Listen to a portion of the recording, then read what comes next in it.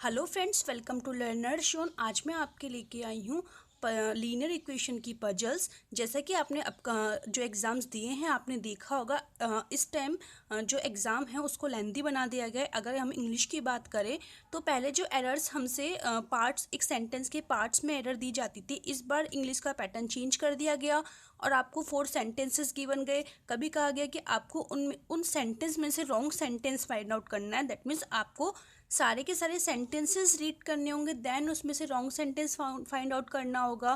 कभी आपको phrase replacement से रिलेटेड क्वेश्चन से उनका पैटर्न भी चेंज किया गया।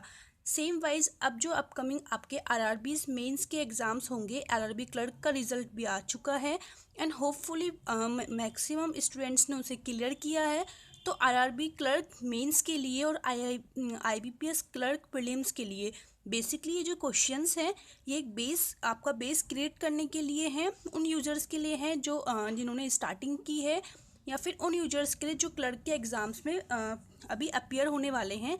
देखिए, अब जो अगर ये एक मैंने सिंपल टाइप का क्वेश्चन लिया है, फर्स्ट ऑफ ऑल इस टाइप का क्वेश्चन भी आपसे अपीयर हो सकता है।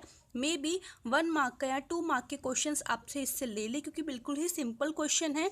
इसके बाद में हम एक मॉडरेट लेवल का क्वेश्चन सॉल्व करेंगे, जिसमें जो ट्रिक है वो मैं आपको बताना चाहती हूँ, फेसिंग से रिलेटेड ट्रिक है।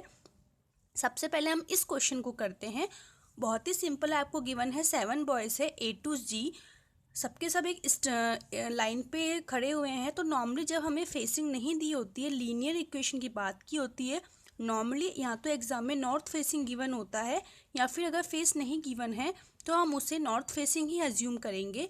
अब हमें यहाँ पे गिवन है कि G is between A and E। देखिए 7 लोग हैं, तो 7 आप सबसे पहले एक अगर सिंपल टाइप का इस टाइप का क्वेश्चन है तो 7 इस तरह से हमें लाइंस ड्रॉ नहीं करनी है। जो करने की अप्रोच है वो मैं आपको बता रही हूँ। इसमें क्या गिवन है कि जो G है वो A एंड E के बीच में। और सेकंड मोस्ट इम्पोर्टेंट थिंग, इस बार की जो पैटर्न्स देखा गया अभी IBPS PO प्रीलिम्स में, या फिर जो भी आपके क्लर्क प्रीलिम्स के RRBs प्रीलिम्स के एग्ज़ाम्स हुए, कि आपको मोस्ट पॉसिबिलिटीज़, पहले 2 पॉसिबिलिटीज़ में इजीली आपकी पजल्स हो जाया करती थी, लेकिन इस बार 3 एंड 4 पॉसिबिलिटीज़ साथ में लेके चलने से ही पजल सॉल्व हो चुकी है। क्योंकि अगर हम ओनली 2 पॉसिबिलिटीज़ लेके चलते हैं तो पता लगता है कि स्टार्टिंग में एंड में 2 एंड 3 सेंटेंसेस के बाद दोनों पॉसिबिलिटीज़ काम नहीं करती हैं। फिर जैसे ही हम रिज़ल्ट निकालते हैं, रिज़ल्ट में हमें कन्फ्यूज़न रहता है। तो फर्स्ट ऑफ ऑल आपको अपनी स्पीड बढ़ानी है एंड मैक्सिमम अगर आपकी 3 एंड 4 पॉसिबिलिटीज़ बन रही है तो मैं यही गाइड करूँगी कि it's better to go with 3 and 4 possibility instead of drawing diagrams again and again. So start करते हैं। फर्स्ट क्या है, G is between A and E। कहा गया है कि G A और E के बीच में है, तो मेरे माइंड में क्या पॉसिबिलिटी बनती है कि G A एंड E के बीच में है, या फिर G E एंड A। इस तरह से कोई कॉम्बिनेशन हो सकता है, क्योंकि मुझे फिक्स नहीं गिवन है कि लेफ़्ट में है राइट में है, सिर्फ बिटवीन कहा गया है। नेक्स्ट है कि F and A have 1 boy between them. F and A के बीच में 1 बॉय है, A यहाँ है, F यहाँ कहीं होगा एंड एक बॉय इनके बीच में होगा। सेकंड A यहाँ है, यहाँ कहीं एक बॉय इनके बीच में होगा। साथ में आपको माइंड में ये भी लेते हुए चलना है कि कितने लोगों को आप सिट कर चुके हैं। अगर हम देखेंगे तो 5 पीपल यहाँ, 5 पीपल यहाँ, हालांकि एक अभी ब्लैंक है, बट अगर देखा जाए तो 5 प्लेसेस आप मार्क कर चुके हैं। नेक्स्ट सेंटेंस देखिए, E and C have 2 boys between them. E and C के बीच में 2 बॉयज़ हैं।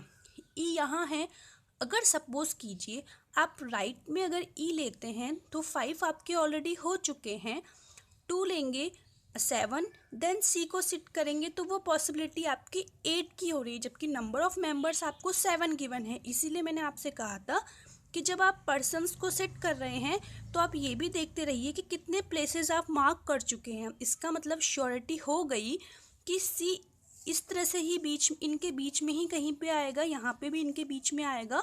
तो जाहिर सी बात है, कहा गया है कि E एंड C के बीच 2 लोगों का गैप है, तो C कहाँ आने वाला है, C यहाँ आने वाला है, और इस वाले में C यहाँ आने वाला है। तो आप यहाँ पे C को प्लेस कीजिए। नेक्स्ट को अगर हम हिंट को रीड करेंगे, उसमें हमें गिवन है D is to the immediate right of F, F के इमीडिएट राइट में कौन है? डी है। अब अगर इस कॉम्बिनेशन को आप देखते हैं तो एफ के इमीडिएट राइट में तो सी है, बट हमें तो कहा गया है कि एफ के इमीडिएट राइट में कौन है? डी होने वाला है। दैट मीन्स ये पॉसिबिलिटी हमारी यहाँ पे फिनिश हो चुकी है। तो एफ के इमीडिएट राइट पे डी को करेंगे। हम इस पॉसिबिलिटी के साथ प्रोसीड करेंगे। लास्ट हिंट हमें गिवन है, C and B have 3 boys between them.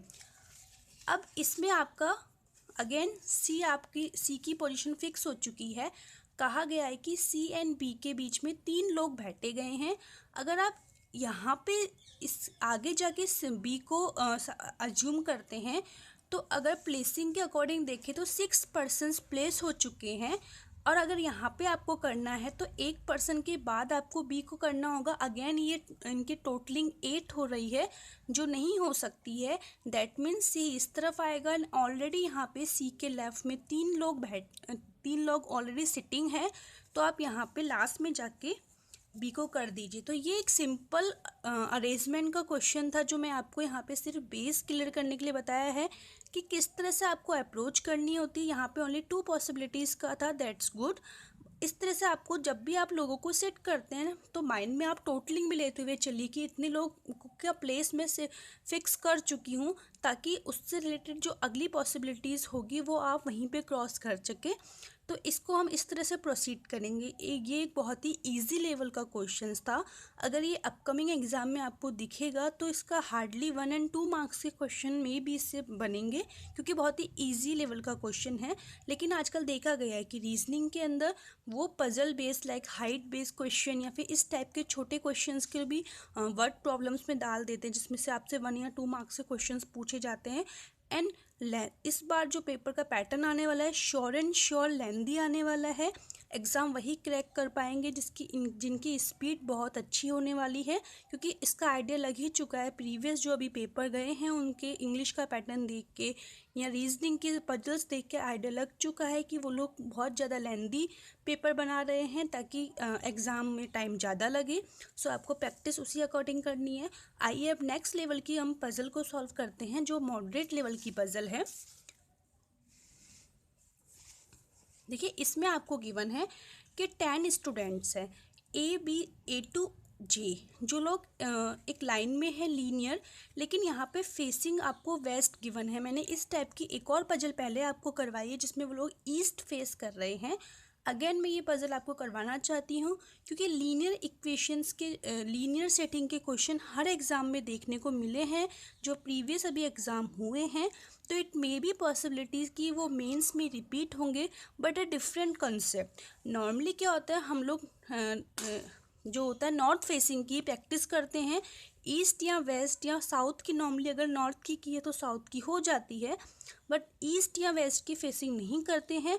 And जब एग्ज़ाम में इस टाइप के क्वेश्चंस हमें देखने को मिलते हैं तो हम लोग वहाँ कंफ्यूज होते हैं। कंफ्यूज नहीं होना है, जैसा मैंने अपने प्रीवियस वीडियो में बताया था, सिंपली आपको क्या करना है, वही आपको वेस्ट वाली ही पोजीशन लेके चलनी है। लाइक अगर मैं आपसे कहूँ, नॉर्मल जो हमारा डायरेक्शन होता है हम इस तरह से ड्रॉ करते हैं, ईस्ट वेस्ट नॉर्थ साउथ। अब हमें इसी की हैबिट हुई है तो नो प्रॉब्लम, आप एक अपना डायरेक्शन सेंस बनाइए कस्टमाइज। यहाँ पे आप वेस्ट को ले लीजिए, जो भी आपको गिवन है कि वो लोग कहाँ फेस कर रहे हैं, यहाँ वेस्ट में फेस कर रहे हैं। अगर ईस्ट में फेस करेंगे तो आप इसे ईस्ट ले लीजिए। अगर आपका ये वेस्ट हो चुका है देन ये आपका क्या होगा, ईस्ट, ये क्या होगा नॉर्थ, एंड ये क्या होगा साउथ। तो अब आपको जो अपना डायरेक्शन सेंस है वो इसके अकॉर्डिंग लेके चलना है। इससे हमें क्वेश्चन सॉल्व करने होंगे। आइए नेक्स्ट अब देखते हैं, हिंट देखते हैं। हिंट्स में हमें क्या गिवन है, फर्स्ट में कि B and F are not sitting on the either of the edges. जो B and F है वो कहीं भी कोने में नहीं बैठे हुए हैं, इसे हम माइंड में लर्न कर सकते हैं। नेक्स्ट गिवन है G is sitting to the left of D and H is sitting to the right of J। देखिए सेकेंड पॉसिबिलिटी हमें क्या बताती है कि जो जी है वो डी के लेफ्ट में है, लेकिन हमें जी एंड डी के बीच में कितने लोग बैठे हुए हैं वो नहीं गिवन है। तो सिंपली मैंने यहाँ पे जी लिख दिया, यहाँ पे डी, इनके बिटवीन कितने लोग हैं है भी या नहीं है, नहीं गिवन है। इमीडिएट लेफ्ट नहीं बोला गया है, सिर्फ कहा गया है G is sitting to the left of D. Likewise हमें गिवन है H is to the right of J, कितने राइट में है नहीं गिवन है। तो एक और पॉसिबिलिटीज़ क्या गिवन है, सेकेंड से हमने ये दो पॉसिबिलिटीज़ ड्रॉ की है। नेक्स्ट अगर नेक्स्ट पॉइंट को रीड करते हैं, there are 4 persons between A and E, A and E के बीच में 4 पर्सन्स हैं। तो थर्ड से ई देन 4A या फिर A 4E। देखिए ये अभी मैं आपको करवा रही इसलिए समझाने में आपको लग रहा है लेंदी, बट जब आप खुद से इसे सॉल्व करेंगे तो इतनी जल्दी अपनी लैंग्वेज के अकॉर्डिंग अपनी कोडिंग एक वो बनाइए, पैटर्न बनाइए, उसके अकॉर्डिंग लिखिए तो आप इजीली इसे सॉल्व कर लेंगे। नेक्स्ट हमें गिवन है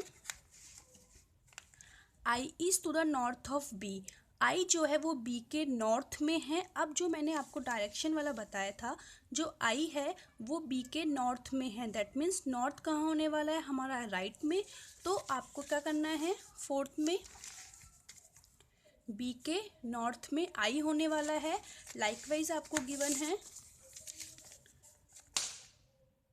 F is to the south of D, south कहाँ होने वाला लेफ्ट में, तो F is south of D. Gapping हमें नहीं गिवन है, ये क्वेश्चन मैं आपको इसीलिए करवा रही हूँ, ना तो आपको गैपिंग गिवन है, इमीडिएट का कुछ नहीं, ऐसा इमीडिएट या 2 पर्सन्स नहीं गिवन है। सेकंड आपको फेसिंग का डिफरेंस है। नेक्स्ट को देखिए क्या गिवन है, J is in between A and A, जो जे है वो ए एंड डी के बीच में है। 6 में आपको गिवन है and G is in between E and F,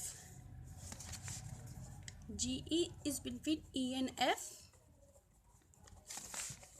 and next there are 2 persons between H and C, H and C के बीच में 2 लोग बैठे हुए हैं। देखिए इस क्वेश्चन को, इस टाइप की प्रॉब्लम को जब भी आप सॉल्व करेंगे, आप इस तरह से सम अप मैंने इसलिए किया ताकि मैं आपको अभी समझा सकूं। अगर आप इजीली सेंटेंसेस रीड करके कर सकते हैं तो दैट्स गुड है, बट वही है कि हमें सेंटेंसेस बहुत ज़्यादा, अगर इतने लंबे लंबे सेंटेंसेस एग्ज़ाम में हैं हम उन्हें बार बार रीड करेंगे, उससे बेटर है कि हम अपनी कोड लैंग्वेज में इस तरह से उन्हें शॉर्ट करके बना लें। अब देखिए हम स्टार्टिंग करते हैं। सेकेंड थिंग, स्टार्टिंग करेंगे तो स्टार्टिंग हम उस इन्फॉर्मेशन से करेंगे जिस इन्फॉर्मेशन में हमें मैक्सिमम इन्फॉर्मेशन गिवन होगी। तो पॉइंट 1 को अगर आप देखेंगे, पॉइंट 1 में आपको गिवन है कि जी एंड डी के बीच में जी जो है वो डी जो है वो जी के लेफ़्ट में है, कितना लेफ़्ट में है या कितना राइट में है, कितना है हमें नहीं पता है। तो इस क्वेश्चन को अगर हम सेकंड को देखें एंड फिफ्थ को देखें, फिफ्थ में भी आपसे डी की बात कही गई है, तो इसको हम प्रोसीड करेंगे। तो यहाँ पे आप बनाइए जी एंड डी। अब आपको फिफ्थ में गिवन है कि जो जी है वो ई एंड एफ के बीच में है, तो दैट मीन्स या तो यहाँ पे ई होने वाला है एंड यहाँ पे एफ होने वाला है, या फिर यहाँ पे एफ होने वाला है, यहाँ पे ई। एक्चुअल में यहाँ एफ और डी या फिर जो भी यहाँ पे कितनी गैपिंग है वो हमें नहीं गिवन है। नेक्स्ट पॉइंट को जब आप रीड करेंगे आपको क्या गिवन है कि ई एंड ए के बीच में 4 लोग सिट हैं। तो अगर आप सपोज़ कीजिए आपने अगर यहाँ पे ई लिया इसे, और ई के बाद में 4 पर्सन्स, अगर आप यहाँ पे कितने लोग हो चुके हैं, अगर आपने सोचा अगर ई यहाँ पे है तो 1 2 3 4 पर्सन्स हो चुके हैं। अगर आपको इसके और ए के बीच में 4 लोगों की गैपिंग है, लेकिन एक पॉइंट हमें और गिवन है कि जे जो है वो ए और डी के बीच में है, दैट मीन्स जो ए है वो या तो यहाँ 1 पर्सन छोड़ के आएगा या फिर यहाँ 1 पर्सन छोड़ के आएगा। अगर सपोज़ कीजिए आप यहाँ पे सोचते हैं कि ए अगर आपका यहाँ पे 1 पर्सन छोड़ के हैं तो आपका कॉम्बिनेशन क्या बनेगा, एफ जी ई। सपोज़ डी यहाँ पे है, यहाँ पे कौन एक जे हो जाएगा, यहाँ पे क्या हो जाएगा आपका ए हो जाएगा। तो ये कितने लोग हो चुके हैं ऑलरेडी, 1 2 3 4 5 6 ऑलरेडी हो चुके हैं। और आपके पास कितने हैं, 10 पर्सन्स है। सपोज आप यहाँ पे 4 पर्सन्स को यहाँ पे लेते हैं तो आपके कितने हो चुके हैं, 3 and 3 6 and 4 के हो चुके हैं आपके, कंप्लीट आपका हो चुका है। तो एक कॉम्बिनेशन आपका ये चल सकता है। सेकंड अगर कॉम्बिनेशन की हम बात करें, ई जी एफ एंड डी, इसके अकॉर्डिंग अगर आप चलेंगे, सपोज कीजिए आपका ए यहाँ, जे यहाँ पे है, ए यहाँ पे है, अगेन आपके 2 लोग यहाँ पे हो चुके हैं तो आपके यहाँ पे ओनली 2 लोगों की ही जगह है। तो ये आपके 8 पर्सन्स हैं, दोनों को हमने लेके चल लेते हैं।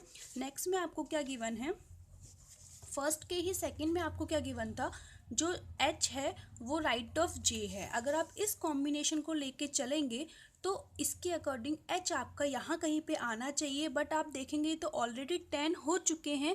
टोटलिंग, अगेन टोटलिंग का कंसेप्ट कि 10 ऑलरेडी हो चुके हैं, उसके बाद आप 11 यहाँ पोजीशन ले ही नहीं सकते। दैट मीन्स ये आपकी जो पॉसिबिलिटीज़ है ये यहीं पे रॉन्ग हो जाती है। आप इस पॉसिबिलिटीज़ का प्रोसीड करेंगे। अब जे के राइट में आपको कितना गिवन है कि जे के राइट में कहीं पे एच है। अभी हम यहाँ पे 1 2 3 4 5 6 7 8 पर्सन्स को ऑलरेडी हम यहाँ पे ले चुके हैं। अगर आप यहाँ पे सपोज कीजिए जे के राइट में अगर आपने यहाँ पे एच को ले लिया, सपोज यहाँ पे एच है तो कितने हो चुके हैं, 7 हो चुके हैं। एक पॉइंट आपको गिवन है कि एच एंड सी के बीच में 2 लोग बैठे हुए हैं। सपोज यहाँ पे आप 2 लोग, क्योंकि यहाँ पे ऑलरेडी 3 लोग हो चुके हैं तो यहाँ पे आप सी नहीं ले सकते हैं। अगर यहाँ पे आप सी अगेन लेते हैं तो टोटलिंग करने पे ये 10 से ज़्यादा आता है। दैट मीन्स यहाँ भी आपकी पॉसिबिलिटीज़ ख़त्म हो जाती है। अब ये मैंने आपसे कौन सा केस लिया है ये मैं आपको वही समझाना चाहती हूँ कि अगर हम स्टार्टिंग से सारी पॉसिबिलिटीज़ लेके नहीं चलते हैं तो एग्ज़ाम में आपको ऐसा क्वेश्चन देखने को मिल सकता है।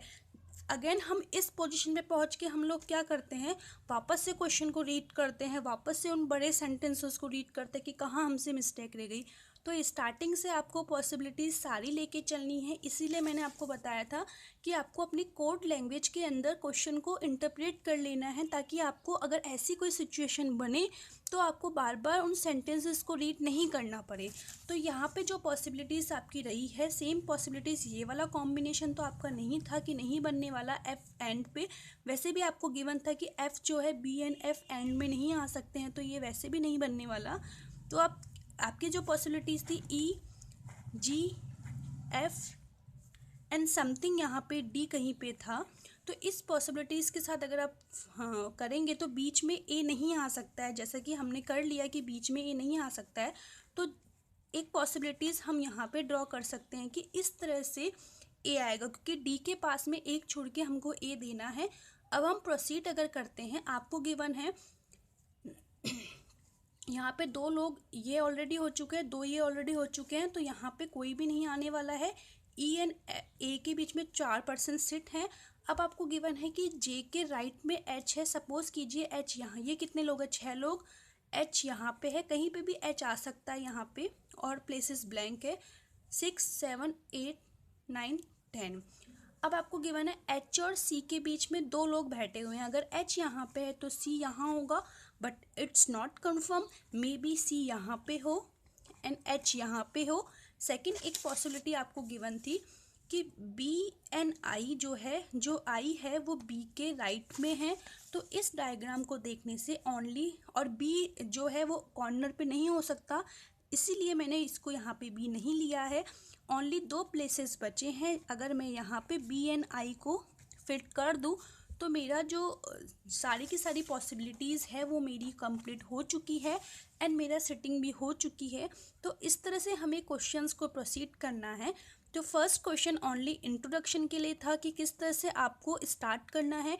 सेकंड क्वेश्चन जो IBPS RRB मेंस में या IBPS क्लर्क में आप देख सकते हैं लीनियर क्वेश्चन है, लीनियर इक्वेशन का क्वेश्चन है। एक बार देखने में हमें बहुत इजी लगता है कि अरे ये तो बहुत इजी है, हम इसे इजीली कर लेंगे, बट आपने देखा कि दो पॉसिबिलिटीज़ लेके चलने पर भी क्वेश्चन हमारा रॉन्ग हो गया और हमें थर्ड पॉसिबिलिटी ड्रॉ करनी पड़ी। तो अगेन मैं यही गाइड करूँगी कि आपको मैक्सिमम पॉसिबिलिटीज़ के साथ चलना है और सेंटेंस को जितना हो सके अपनी लैंग्वेज में कन्वर्ट करके लिखिए ताकि आपको बड़े सेंटेंस बार बार रीड नहीं करने पड़े। Thank you friends. अगर आपको मेरा ये वीडियो अच्छा लगा हो तो प्लीज़ लाइक कीजिए, शेयर कीजिए, सब्सक्राइब ज़रूर कीजिए।